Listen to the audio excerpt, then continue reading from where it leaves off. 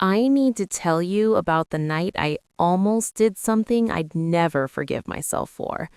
Not because I didn't want to, but because it would have broken something that mattered more than my own stupid desires. The thing is, I'm still not sure if I regret not going through with it.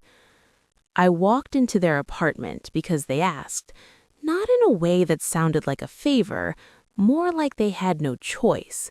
Their kid got sick, they had to rush to the hospital, and here I was, standing in their living room holding a basket of laundry I'd offered to take off their hands, for free, like it was nothing, like I wasn't standing there breathing in the scent of his cologne still clinging to the shirts I'd just pulled out of the dryer. He was there, of course he was, not working late, not out with friends, just there, in sweatpants that did nothing to hide the way his legs filled them out, his hair tousled like he'd been running his hands through it all afternoon. He looked tired, not the kind of tired that came from work, the kind that came from not sleeping next to someone who looked at you the way his wife looked at him, like he was the only thing keeping her from drowning. I noticed the way his throat moved when he swallowed, the way his fingers curled around the edge of the counter when he leaned against it, like he was trying to hold himself together. And then he looked at me, really looked, not like a neighbor, not like a friend, like he was seeing something he hadn't let himself see in a long time. Our hands brushed when I passed him a glass of water, just for a second, but long enough. Long enough for me to feel the heat of his skin, for my pulse to stutter, for my brain to short circuit. He didn't pull away, neither did I, and that was the moment I knew I'd crossed a line I couldn't uncross. Real quick, where are you listening from right now? Drop your city in the comments.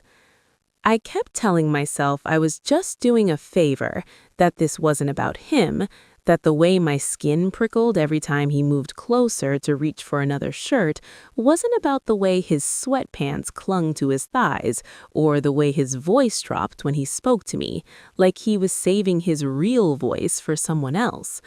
But then he leaned in to grab a pile of towels from the basket, and his arm brushed mine, and I swear I stopped breathing for a second. He smelled like laundry detergent and something warm, something that made my stomach clench. I could feel the heat of him, even though we weren't touching. I kept folding his shirts, my fingers lingering on the fabric, imagining what it would be like to have him pressed against me instead of just the thin cotton between us. Every time his hand came near mine, I held my breath, and every time he let his fingers graze mine a little longer than necessary. I don't know why I looked up. Maybe it was the way the room felt smaller with every minute we spent folded into this space. Maybe it was the way his eyes kept flickering to my mouth when he thought I wasn't looking. Or maybe it was the way my own pulse was hammering in my throat, loud enough that I was sure he could hear it.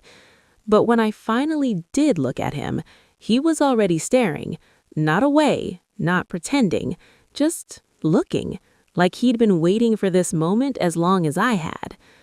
Have you ever been in a situation like this, where you knew you were right on the edge, where one wrong move, one extra second of hesitation could change everything?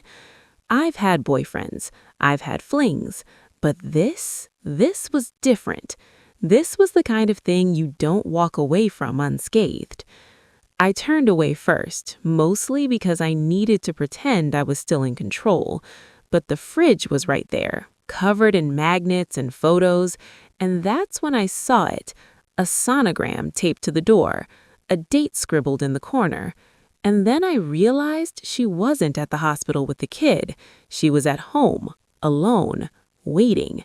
My stomach dropped. I should have stopped. I should have said something. But the way he was looking at me, like I was the only thing in the room that mattered, made my throat go dry.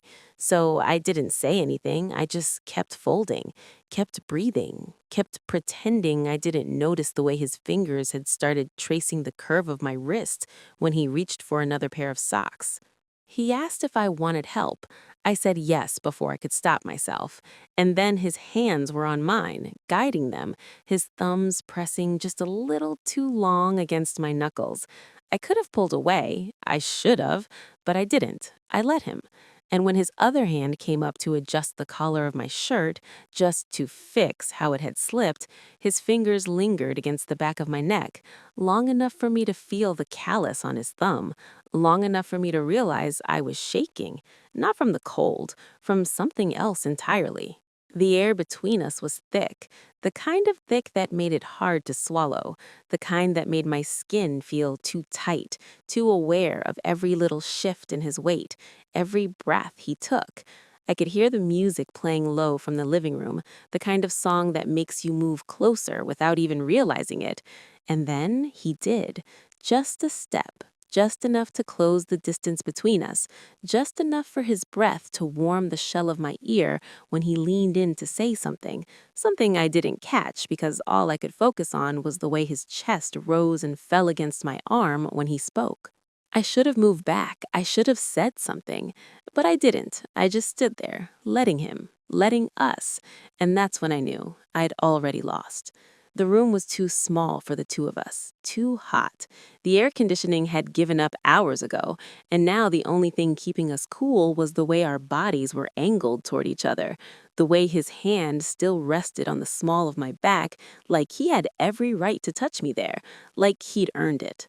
I should have pulled away. I knew I should have, but the way his thumb moved against my spine, slow, deliberate, made my knees weak, made my breath come out shaky when I exhaled. He wasn't drunk, not really, but he'd had enough whiskey to loosen his usual control, enough to let his guard slip just a little, just enough for me to see the way his eyes darkened when he looked at me. Not like a neighbor, not like a friend, like something he'd been starving for. I don't even remember who moved first. One second, we were standing there, the space between us charged like a live wire. The next, his fingers were tangled in my hair, tilting my head back just enough for his mouth to find mine. It wasn't a kiss, not really. It was more like he was testing the weight of me, the shape of me, like he was memorizing the way I fit against him.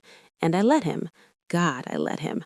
My hands found his waist, gripping the fabric of his shirt like it was the only thing keeping me from floating away. His lips were warm, too warm, and the taste of him, something dark and rich, like the whiskey he'd been drinking, was intoxicating in a way that had nothing to do with alcohol. I should have stopped. I should have. But then his tongue brushed against my bottom lip, and I made a sound. A stupid, needy little sound that came from somewhere deep in my chest. And that's when he pulled back just enough to look at me, really look, his fingers still tangled in my hair, his breath mingling with mine. The music was still playing, but I couldn't have told you what song. All I could focus on was the way his thumb traced the line of my jaw, the way his eyes dropped to my mouth, like he was debating whether to finish what he'd started. That's when I heard it. A key in the lock, the front door creaking open. He froze. I froze. The world stopped spinning for one long, suffocating second. And then she was there. Standing in the doorway, her coat still damp from the rain, her eyes wide as she took in the scene in front of her. Me, pressed against her husband with his hands in my hair, the laundry basket overturned on the floor, the sonogram still taped to the fridge, mocking us both. I don't remember who moved first, him or me.